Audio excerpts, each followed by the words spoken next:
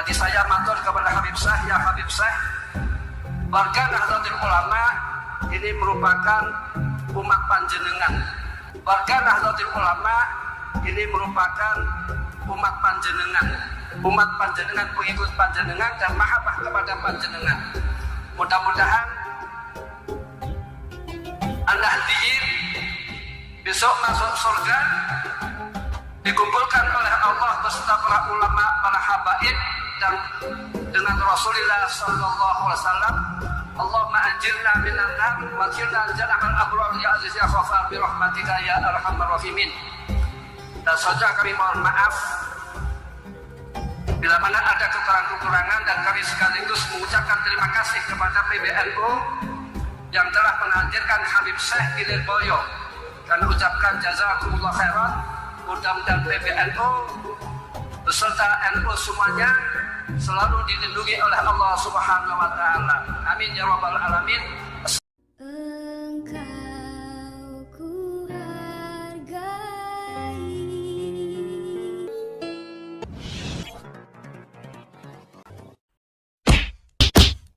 Assalamualaikum warahmatullahi wabarakatuh. Om Swastiastu, Namo Buddhaya, salam kebajikan.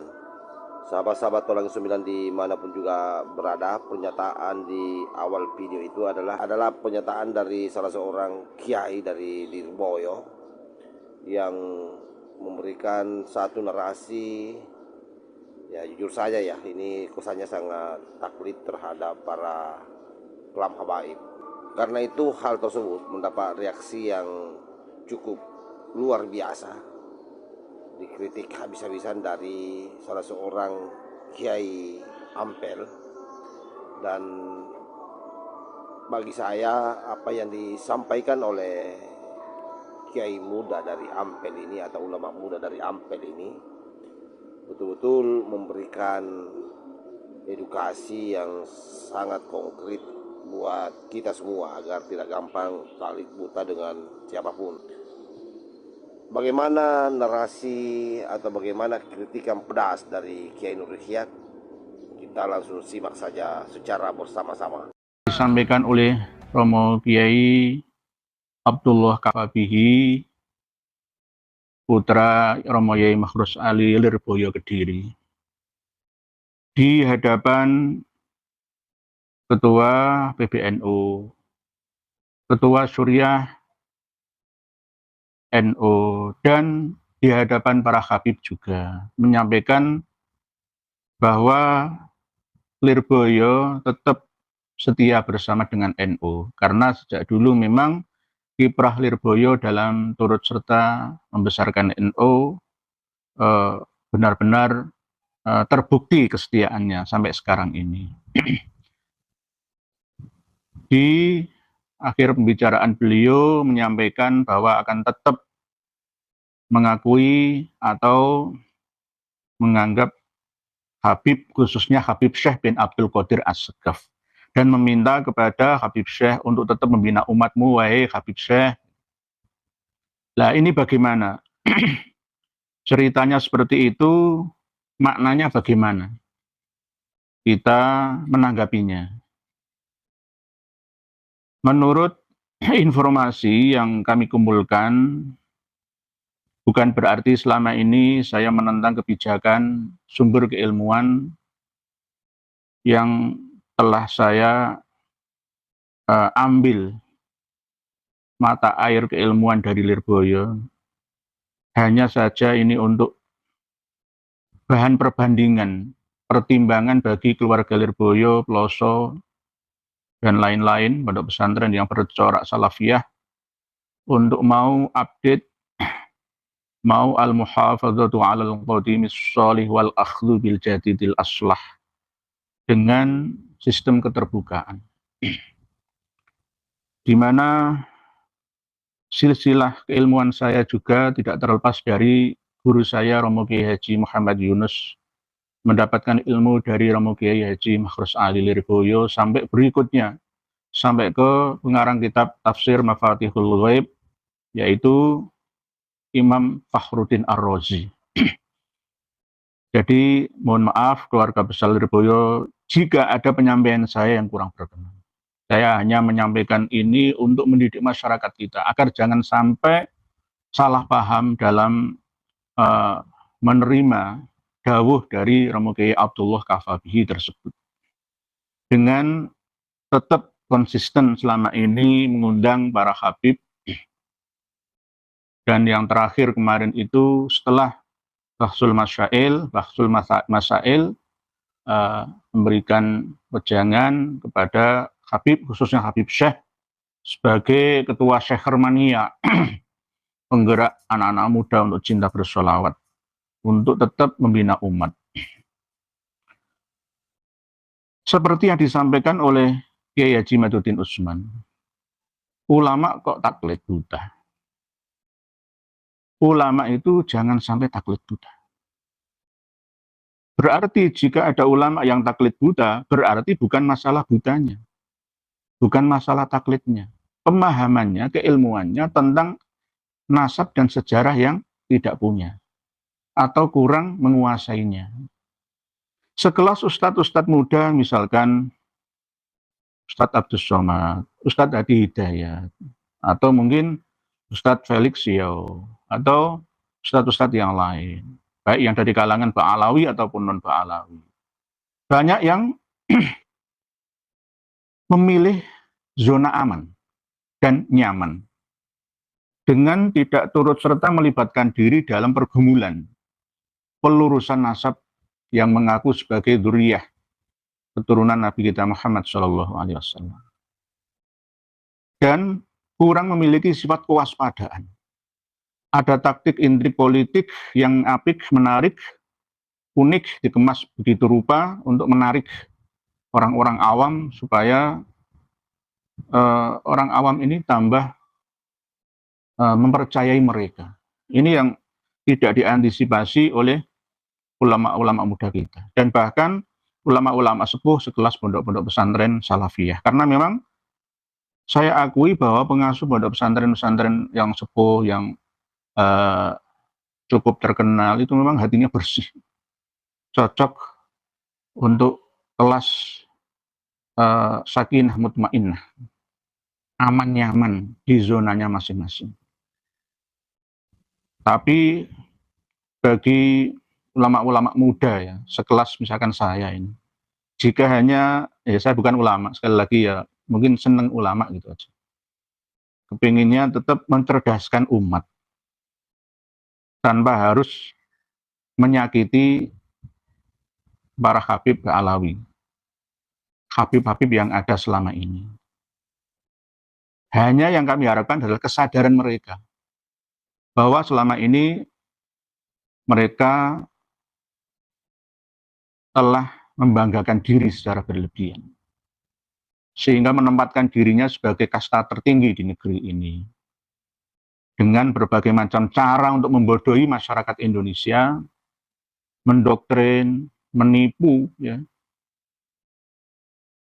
Begitu juga menjadikan santri-santri ini tambah terkungkung, tidak bisa cerdas terbuka dalam persaingan ilmu dan teknologi saat ini. Ini yang kita perjuangkan. Dan kita tidak akan pernah lelah dalam memperjuangkan itu sampai kapanpun ila yaumil qiyamah. Karena ini sebuah tantangan ya yang harus kami jalani. Tidak hanya saya, ya mohon dukungan para pemirsa dan pendengar sekalian semua yang berada di pihak kebenaran. Kalau saya salah, jangan diikuti. Pertama, memang yang disampaikan oleh Romo Kiai Abdullah Kafabihi mendukung NU, bagus. Semuanya tidak ada khilafiyah dalam masalah itu. Tetapi jika kita mendukung NU, harusnya juga menjaga marwah NU. Nahdlatul Ulama sebagai organisasi massa terbesar di Indonesia yang berdiri sejak lama, mau diobok-obok, dirubah sejarahnya. Coba jenengan lihat bagaimana ucapan Habib Husein Ba'akil. Katanya berkat para Habib lah Muhammadiyah bisa berdiri, NU bisa berdiri, jasa-jasa habaib semua itu. Padahal Rabithah Alawi itu baru berdiri tahun 1928, Muhammadiyah sejak dulu 1912, NU 1926. Tapi mau diakui, sejarah mau dibelokkan. Tidak hanya Habib Husain Ba'akil saja, sekelas Habib sepuh yang lain juga mengamininya, merasa paling berjasa dalam mendirikan organisasi massa dua itu, yakni NU dan Muhammadiyah itu. Bahkan 6 tahun yang lalu, jejak digital Habib Syekh juga tidak bisa dihilangkan. Apa? Allahumma sholli wa sallim ala Sayyidina wa maulana Muhammadin adadama fi ilmillahi sholatan daimatan bidawami mulkillahi sholatan daimatan bidawami mulkillahi. Habib Rizik gurune NU, Habib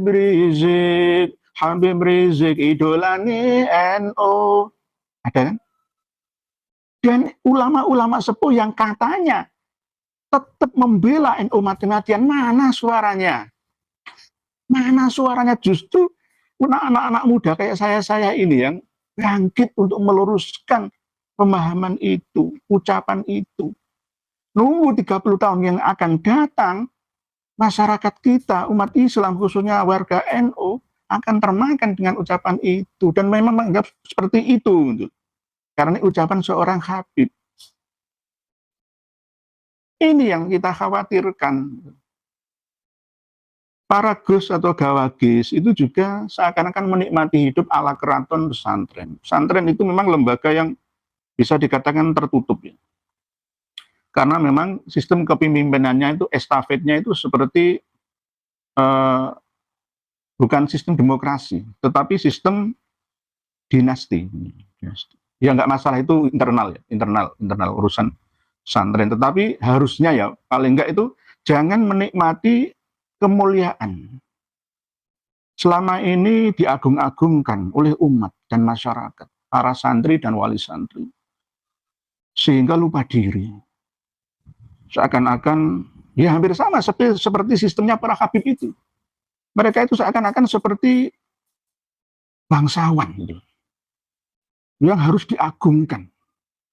Tidak mau membaur dengan masyarakat kecuali Gusmi. Gus Dur itu orang yang mau membaur itu. Ya. Jadi seakan-akan ada dunia yang berbeda. Dunia yang berbeda. Sistem kerajaan. Padahal Raja Jogja aja, Sultan Hamengkubuwono ya sekarang itu ya dengan masyarakat itu biasa, kecuali pas pada waktu Pisowanan. Pisowanan itu memang secara resmi ada yang bangkrang kayak gitu. Saya kan kadang-kadang di keraton ya gitu. Tapi setelah itu ya biasa dengan Gusti Raden Ayu Kusmurtiyah atau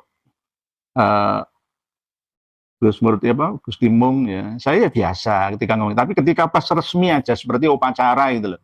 Saya yang ngesot itu. Tapi setelah itu ya biasa itu. Saatnya kita untuk setara cerdas bersama. Saling menghormati satu sama lain. Ini yang harus mungkin perlu diadopsi oleh sistem pesantren. Termasuk ya pendidikannya juga harus terbuka. Eman-eman di pesantren itu anak-anak emas masa depan bangsa ada di situ. Puluhan ribu, kalau se-Indonesia ya ratusan ribu. Terkumpul di situ, tapi tidak dididik dengan pendidikan dunia dan akhirat. Mungkin hanya mencetak menjadi ulama saja, bukan menjadi pengusaha yang bermanfaat untuk sesama. Nah ini yang perlu mungkin untuk diperhatikan oleh kalangan pesantren. Termasuk kalau di pesantren saya ini moderat. Anak-anak itu saya suruh latihan bekerja selain di jam-jam sekolah, libur-libur sekolah. Dia bekerja, apa ya bekerja untuk pengalaman latihan nanti setelah tidak di sini lagi. Jadi mungkin ini kritik ya, karena yang bisa mengkritik pesantren itu orang yang memiliki pesantren atau dia pernah nyantri sendiri. Kalau yang kritik ini tuh ya orang yang tidak pernah nyantri, ya akan ditolak mati-matian, jadi fitnah nanti. Jadi termasuk diantaranya adalah apa yang disampaikan oleh Habib Syekh itu. Begitu halus, mulia dan sucinya hati Romo Yai Abdullah Kafabihi yang memuji Habib Syekh ini. Sehingga Habib Syekh ini tambah melambung, tidak hanya Habib Syekh, kok sering Habib-Habib yang lain ya diundang di situ. Diundang di Lirboyo. Setiap kali setelah acara muadaah itu ya, perpisahan akhir tahun ya ada acara sholawat Syekh Hermania. Ya memang penggemarnya banyak yang ada dari kalangan pesantren.